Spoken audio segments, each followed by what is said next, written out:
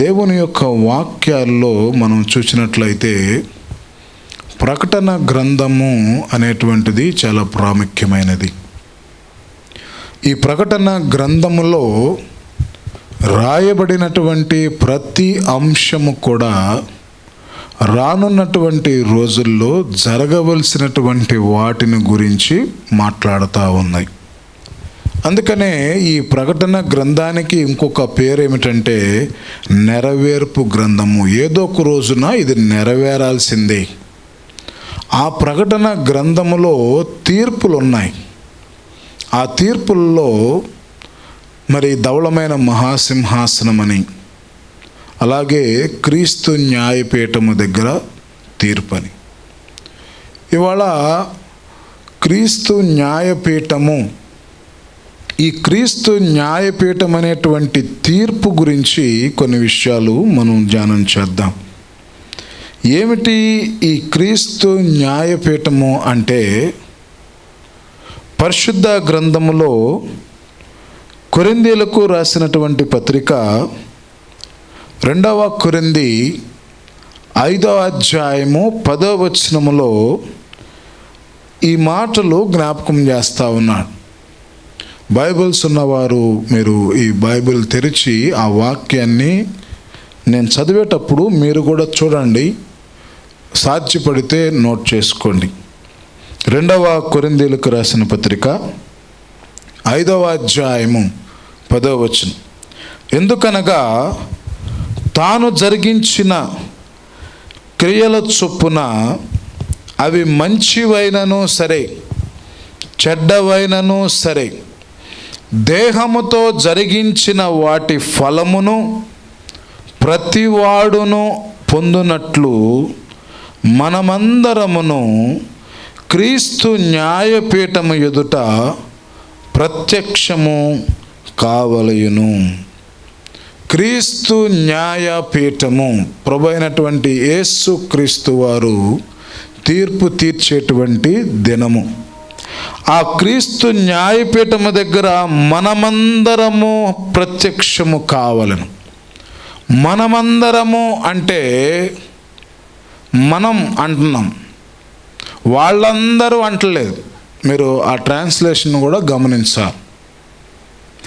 మనము ఎక్కడికన్నా టూర్కి వెళ్ళాం అనుకోండి, ఒక 5-6 కలిసి మనందరం కలిసి ఆ సముద్రంలోకి వెళ్దాం అనుకుంటాం. కానీ వాళ్ళందరూ మనందరం కలిసి సముద్రంలోకి వెళ్దాం అంటామా? అనం. మనం ఎవరైతే కలిసి వెళ్ళామో, ఒక కుటుంబముగా ఉన్నామో వాళ్ళ వరకు అరే మనందరం టిఫిన్ చేద్దామని, మనందరం భోంచేద్దాం, వాళ్ళందరూ మనందరం భోంచేద్దామని అనం కదా. మనము అన్న తర్వాత బయట వారికి సంబంధం లేదు, అది కేవలం మనకు మాత్రమే. దేవుడు అంటూ ఉన్నాడు, దేహముతో జరిగించిన వాటి ఫలమును ప్రతివాడు పొందునట్లు మనమందరము క్రీస్తు న్యాయపీఠం ఎదుట ప్రత్యక్షము కావలెను. క్రీస్తు న్యాయపీఠము దగ్గర ప్రత్యక్షం అవ్వాల్సిందే. ఎవరు మనము అంటే దేవుని యొక్క వాక్యములు అంటూ ఉన్నాడు. చూడండి, ఎవరు మనము అని ఎవరితో దేవుడు సంబోధిస్తున్నాడు అంటే, యోహాను సువార్త 5వ అధ్యాయము 24వ వచనంలో అంటున్నాడు, నా మాట విని నన్ను పంపిన వాని యందు విశ్వసించువాడు నిత్య జీవము గలవాడు, వాడు తీర్పులోనికి రాక మరణములో నుండి జీవములోనికి దాటి ఉన్నాడని మీతో నిశ్చయముగా చెప్పుచున్నాను. తీర్పులోనికి రానటువంటి వారితో దేవుడు మాట్లాడుతూ ఉన్నాడు. ఎవరు తీర్పులోకి రారు అంటే, ఎవరైతే యేసు ప్రభుని నమ్మి యేసు ప్రభువుని విశ్వసించి ఆయనే దేవుడని, ఆయనలోనే నిత్య జీవముందని ఎవరైతే నమ్మి విశ్వసించి వెంబడించి క్రీస్తు బిడ్డలుగా ఉంటారో వారితో చెప్తూ ఉన్నాడు, మనము న్యాయాధిపతి అయినటువంటి క్రీస్తు ఎదుట హాజరు కావాలి. కారణం ఏమిటి అంటే, దేహముతో జరిగించిన వాటి ఫలమును ప్రతివాడు పొందునట్లు. తీర్పులోకి రారు, కానీ దేవుని దగ్గర మటుకు మనం నుంచోవాలి. ఎందుకు తీర్పులోకి రారు అంటే వారు మరణము నుండి జీవములోనికి దాటి ఉన్నారు. వారి మీద మరణమునకు అధికారము లేదు. మరణము అనగా రెండు రకాలు ఉన్నాయి. ఒకటి ఈ లోకములో వచ్చేటువంటి మరణము, రెండవది ఆ యొక్క రెండవ మరణము పరిశుద్ధ గ్రంథములో తెలియపరిచే మరణము, అగ్నిగుండము. వీళ్ళు ఏం చేశారంట, తీర్పులోకి రాకుండానే అగ్నిగుండాన్ని దాటి యేసు ప్రభు జీవించుచున్నాడు గనక వీరు జీవించేటువంటి విధానంలోనికి వెళ్ళిపోయారు. అయితే వీరు మటుకు ఎక్కడికి రావాలి? యేసు యొక్క న్యాయపీఠం దగ్గర ఉండాలి. దేనికి ఉండాలి అంటే దేహముతో జరిగించినవి, అవి మంచి అయినను సరి అయినను వాటికి సంబంధించి ఆ యొక్క ఫలమును పొందుకోవటానికి దేవుని దగ్గర ప్రత్యక్షము కావాల్సి ఉంటుంది. జాగ్రత్తగా గమనించండి. క్రీస్తు న్యాయపీఠము దగ్గర ఎవరు ఉంటారు అంటే ప్రభువుని నమ్మి విశ్వసించి రక్షణ పొందిన వారే. వారికి మరణం ఉండదు. వారు మరణమును దాటి జీవములోనికి ప్రవేశించారు. మరణమే కాదు, కానీ వారికి ఇంకోటి కూడా ఉండదు. ఏమిటంటే అది రోమిలకు రాసిన పత్రిక 8వ అధ్యాయము 1వ వచనంలో అంటున్నాడు, కాబట్టి ఇప్పుడు క్రీస్తు యేసునందున్న వారికి ఏ శిక్షా విధియు లేదు. క్రీస్తు యేసునందు జీవమునిచ్చు ఆత్మ యొక్క నియమము పాప మరణముల నియమము నుండి నన్ను విడిపించెను. క్రీస్తు యేసునందున్న వారికి ఏ శిక్షా విధి కూడా లేదు. క్రీస్తు యేసునందు జీవమిచ్చు ఆత్మ యొక్క నియమము పాప మరణముల నియమము నుండి నన్ను విడిపించెను. పాపము, మరణము. మరణం ఎక్కడి నుంచి వస్తుందండి? పాపం వల్లనే మరణం. వాక్యం అంటుంది కదా, పాపము వల్ల వచ్చు జీతము మరణము. ఆ మరణము నుండి, ఆ పాపము నుండి నీవు రక్షించబడ్డావు. నీకు శిక్ష లేదు. ఎందుకంటే నువ్వు క్రీస్తు యేసునందున్నావు. నువ్వు నిత్య జీవం కలిగిన వాడవు. నీవు శిక్ష లేనటువంటి వాడవు. నీవు మరణాన్ని జయించిన వాడవు. నీవు పాపాన్ని జయించిన వాడవు. అయినా కూడా ప్రభువుని వెంబడించినప్పటికీ కూడా నీవు క్రీస్తు న్యాయపీఠము దగ్గర హాజరు కావాలి. కేవలము ప్రభువును నమ్ముకున్నవారు, ప్రభు దృష్టిలో యోగ్యులుగా ఉన్నవారు, పరిశుద్ధులుగా ఉన్నవారు మాత్రమే. మిగతా వాళ్ళ పరిస్థితి ఏంటంటే నేను చెప్పినట్టుగా వారందరూ కూడా మిగతా వారు, తప్పు చేసిన వారు, దేవుని అంగీకరించిన వారు, దేవుని దృష్టిలో మరి ఎంత మాత్రము దేవుడు చేర్చుకోవడానికి ఇష్టపడినటువంటి వారు, వీరందరూ కూడా ధవళమైన మహాసింహాసనం అనేటువంటి తీర్పు దగ్గర ఉంటారు ప్రియులారా. అయితే ఈ క్రీస్తు న్యాయపీఠం దగ్గర వీరు వచ్చిన తర్వాత, ఎవరైతే క్రీస్తు న్యాయపీఠం దగ్గరకు వస్తారో వారిని ప్రాముఖ్యముగా 2 విషయాల్లో దేవుడు తీర్పు తీరుస్తూ ఉన్నాడు. చూడండి, ఈ ప్రకటన గ్రంథము అనేటువంటి అంశమే చాలా పెద్ద అంశము ప్రియులారా. ఏది కూడా ఒక ½ అన్ అవర్లోనో లేకపోతే ఒక 1 అవర్లో ఈ పరిశుద్ధ గ్రంథములో రాయబడినటువంటి వాక్య మర్మాలు చెప్పటం అది సాధ్యము కాదు. నేను ప్రతిదీ కూడా డీటెయిల్డ్గా లోతులోకి వెళ్ళి నేను చెప్పాలి అంటే ఎన్నో ఎపిసోడ్స్ అవుతుంది. అది మళ్ళీ మనము 2 ఎపిసోడ్స్ అయిన తర్వాత 3వ ఎపిసోడ్కి వెళ్తే మొదట ఏం చెప్పామో కూడా మళ్ళీ గుర్తుండదు. కాబట్టి నేనేంటంటే రఫ్గా ఏదన్నా ఒక 2 ఎపిసోడ్స్లో ఈ మాటలు మీకు అందించాలని నేను ప్రయత్నం చేస్తూ ఉన్నాను. దాన్ని మీరు అర్థం చేసుకోండి. 2 విషయాలు ప్రాముఖ్యముగా క్రీస్తు న్యాయపీఠం దగ్గర. మొదటి విషయం ఏమిటి అంటే చూడండి, దేహముతో జరిగించిన వాటి ఫలము ప్రతివాడు పొందినట్లు మనమందరము క్రీస్తు న్యాయపీఠము ఎదుట ప్రత్యక్షము కావలెను. దేహముతో జరిగించినవి, దేహముతో అంటే శరీరముతో జరిగించినవి. ఈ శరీరముతో జరిగించినటువంటి క్రియలు ఏవైతే ఉన్నాయో వాటి నిమిత్తము అవి మంచివైనను చెడ్డవైనను వాటిని గురించి దేవుని దగ్గర ఆ ఫలము పొందటానుకుంటున్నాం. ఇది మొదటి విషయం. దేహముతో జరిగించిన వాటి అంటే అసలు ముందు ఈ దేహం ఏం చేస్తుందో తెలుసా? ఏం జరిగిస్తుందో ఒకసారి చూడండి.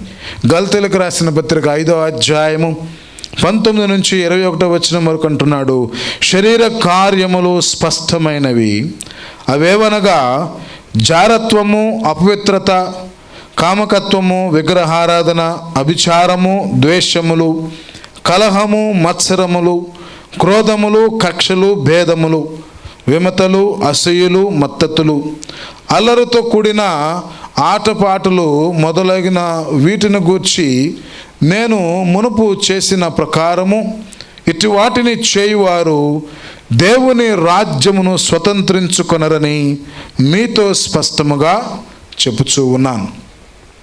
మొదటి ప్రాముఖ్యమైనటువంటి విషయం దేహముతో మనం చేసేటువంటి విషయం ఏమిటి అంటే జారత్వము, అపవిత్రత, కామకత్వము, విగ్రహారాధన, ఇలా ఇంకా అభిచారము, ద్వేషములు, మత్సరములు, క్రోధములు, కక్షలు, ఇవన్నీ కూడా అల్లరితో కూడిన ఆటపాటలు సమస్తమును చేసిన వారందరిని గురించి దేవుని రాజ్యమును స్వతంత్రించుకొనరని మీతో స్పష్టముగా చెప్పుచున్నానని వాక్యం సెలవిస్తూ ఉంది ప్రియులారా. అయితే ఈ దేహముతో ఇవన్నీ జరిగించిన వారు ఎవరు జరిగించారు? ఈ దేహముతో దేవుని ఎరగని వారంటే వారు దేవుని గురించి తెలుసుకోలేదు కాబట్టి వారు చేశారు.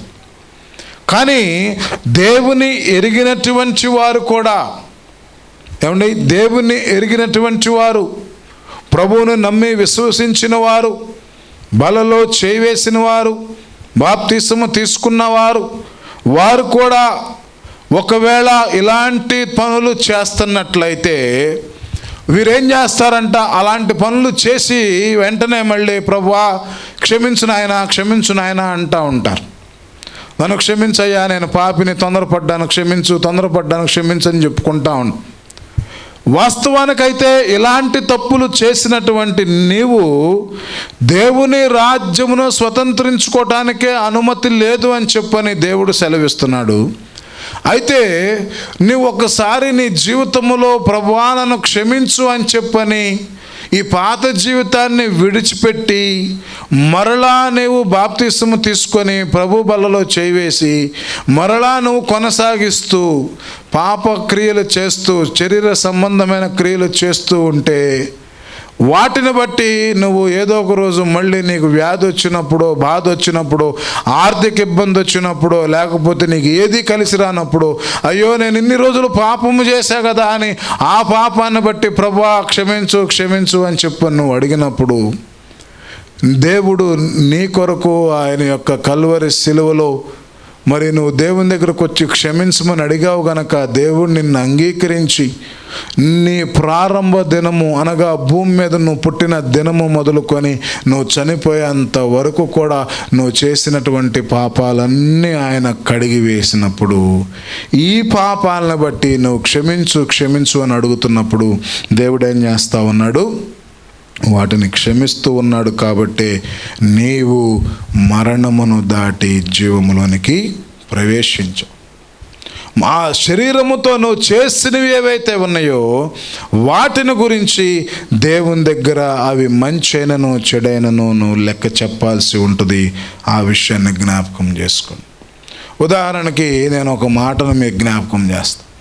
శరీరముతో అసలు జనరల్గా మనం చేసే ఏంటయ్యా అంటే శరీరముతో ఇప్పుడు చదవబడినటువంటి తప్పులు చేసేవారు ఉన్నారు, చేయని వారు ఉన్నారు. అయితే వీటన్నిటికంటే ప్రధానమైనటువంటి తప్పులు చేసేవాళ్ళు ఉన్నారు. ఏం చేస్తారు తెలుసా? వారికి తెలుసు ఇది శాశ్వత లోకము కాదని.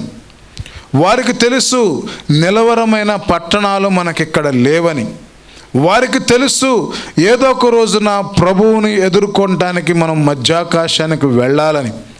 వారికి తెలుసు బోర ఊదినప్పుడు నా ఆత్మ ఎత్తబడాలని. ఇవన్నీ తెలుసు కూడా, వాక్యమును ఎరిగి ఉండి కూడా, చర్చిలకు వెళుతూ కూడా, దేవుని సన్నిధిని తెలుసుకొని కూడా, దేవుని శక్తిని కూడా ఆశ్రయించి వీళ్ళు చేసేటువంటి చిన్న చిన్న తప్పులు కాదు, అవి పెద్ద తప్పులు. ఏం చేస్తారంటే అన్నీ తెలుసుండి దేవుని పనికి వీళ్ళు సహకరించరు. అంతా తెలుసు వీళ్ళకి, కానీ దేవుని పనికి సహకరించరు. ఎట్లా సహకరించరు అని నన్ను అడిగితే నేను ఒక ఉదాహరణ చెప్తాను. ఒక వ్యక్తి ఉన్నాడు, ఆ వ్యక్తి దేవుని నమ్ముకున్నాడు, దేవుడు అతన్ని ఆశీర్వదించాడు. ఓకే, దేవుని నమ్ముకున్నాడు, ఆశీర్వాదాన్ని పొందుకున్నాడు, చక్కగా తన పని తాను చేసుకుంటూ ఉన్నాడు. దేవుని పని వచ్చినప్పుడు ఏమంటాడో తెలుసా? అయ్యా ప్రభు చిత్తమైతే చేద్దామండి అంటాడు. అయ్యా పలానా చోట మీటింగ్స్ పెట్టుకుంటున్నాము, లేకపోతే పలానా కార్యక్రమాన్ని సంఘములో చేస్తున్నాము, నువ్వు దేవుని శరీరము, నువ్వు సంఘబిడ్డ కాదు, నువ్వు శరీరము, దేవుని యొక్క శరీరము లాంటి అవయవాలతో నువ్వు ఉన్నావు. నీ మీద దేవుడు శిరస్సు అయి ఉన్నాడు. సంఘమునకు దేవుడు శిరస్సు, అవయవాలన్నీ కూడా సంఘము అని వాక్యం చెప్తూ ఉంటే, అవయవములో అవయవమైనటువంటి నీవు ఏమంటావో తెలుసా? పాస్టర్ గారు వచ్చి ఇలా పలానా మీటింగ్ పెడదామనో, లేకపోతే పలానా కార్యక్రమనో, లేకపోతే నిన్ను ఎవరన్నా రమ్మని పిలిచినప్పుడు, పరిచర్యకు రమ్మని పిలిచినప్పుడు, సువార్తకు రమ్మని పిలిచినప్పుడు, ఏదన్నా సేవ చేయడానికి రమ్మని పిలిచినప్పుడు, తప్పకుండా ప్రభు చిత్తమైతే వస్తాను. దీనికి మటుకు నువ్వు ప్రభు చిత్తాన్ని అడుగుతావు. ప్రభు చిత్తం ఉంటేనే వస్తావు, ప్రభు చిత్తం లేకపోతే రావు. అంటే ఏంటి? నీకు అవకాశం ఉండి వెళ్ళాలనిపించి నీకు అన్నీ కుదిరితేనే ప్రభు చిత్తం అయింది, లేకపోతే అది ప్రభు చిత్తము కాదు, నీకు కుదరదు, నువ్వు వెళ్ళవు. మరి మిగతా పనులన్నీ చేస్తావు, మళ్ళీ మిగతా పనులన్నీ చేస్తావు. ఆ పనులేంటో చూసాంగా, శరీర కార్యాలు ఏంటో చూసాంగా, విన్నాంగా, అవన్నీ చేస్తాం. మరి ఇవన్నీ చేయటానికి అపవాది పర్మిషన్ ఎందుకు తీసుకోవని నేను నిన్ను అడుగుతా ఉన్నా. ఇవన్నీ చేయొచ్చుగా. శరీర సంబంధమైన కార్యాలు ఇవి లోక సంబంధమైన కార్యము. ఈ లోకము అపవాదికి ఇవ్వబడి ఉన్నది, కానీ ఆత్మ సంబంధమైన కార్యాలు చేసిన వారు మాత్రమే దైవికమైన కార్యాలు జరిగించగలుగుతారు, దేవుని రాజ్యంలోకి వెళతారు, వారు దేవుని బిడ్డలను పిలువబడతారు.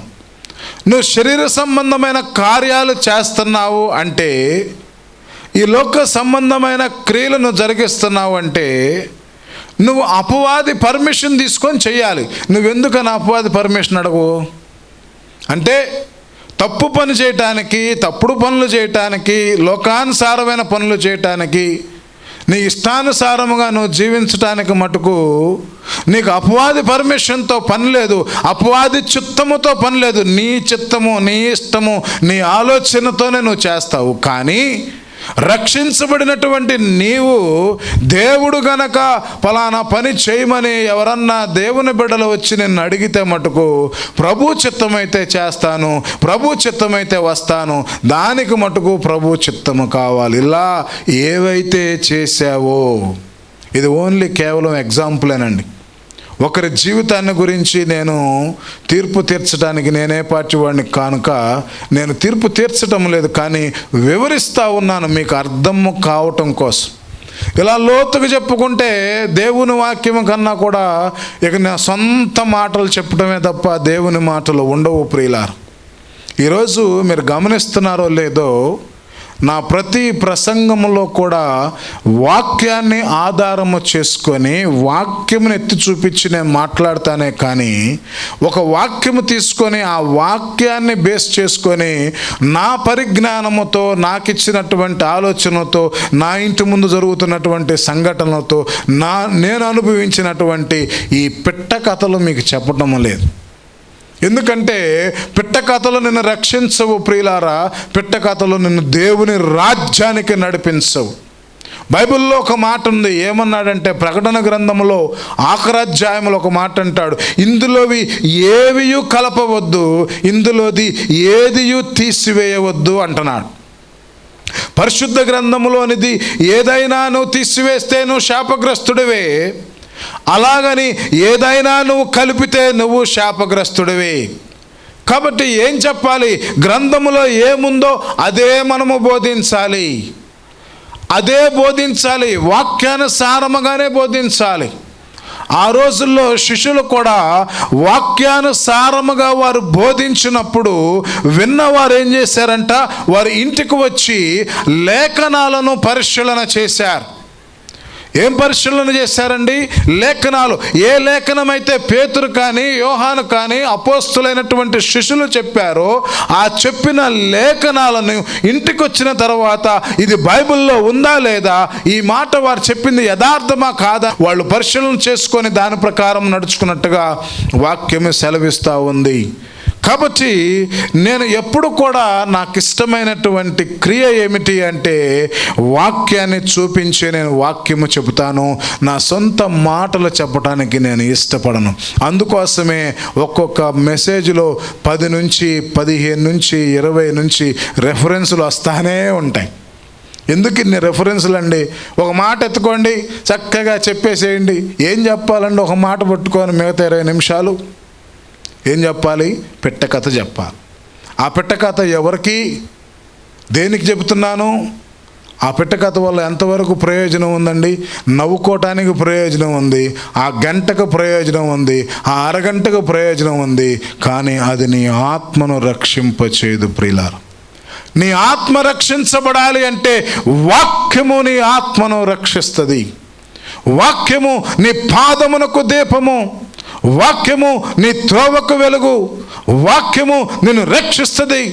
ఆ వాక్యమే శరీరధారి అయి కృపా సత్యమును ధరించుకొని నీ కొరకు చనిపోయాడనే విషయాన్ని జ్ఞాపకం చేసుకోవాలి. కాబట్టి సజీవ వాక్యము, జీవ వాక్యమును మనం వినాలి ప్రియులారా. ఆ జీవ వాక్యములంచు ఉన్నాడు. తీర్పు దగ్గర ఉంటాము.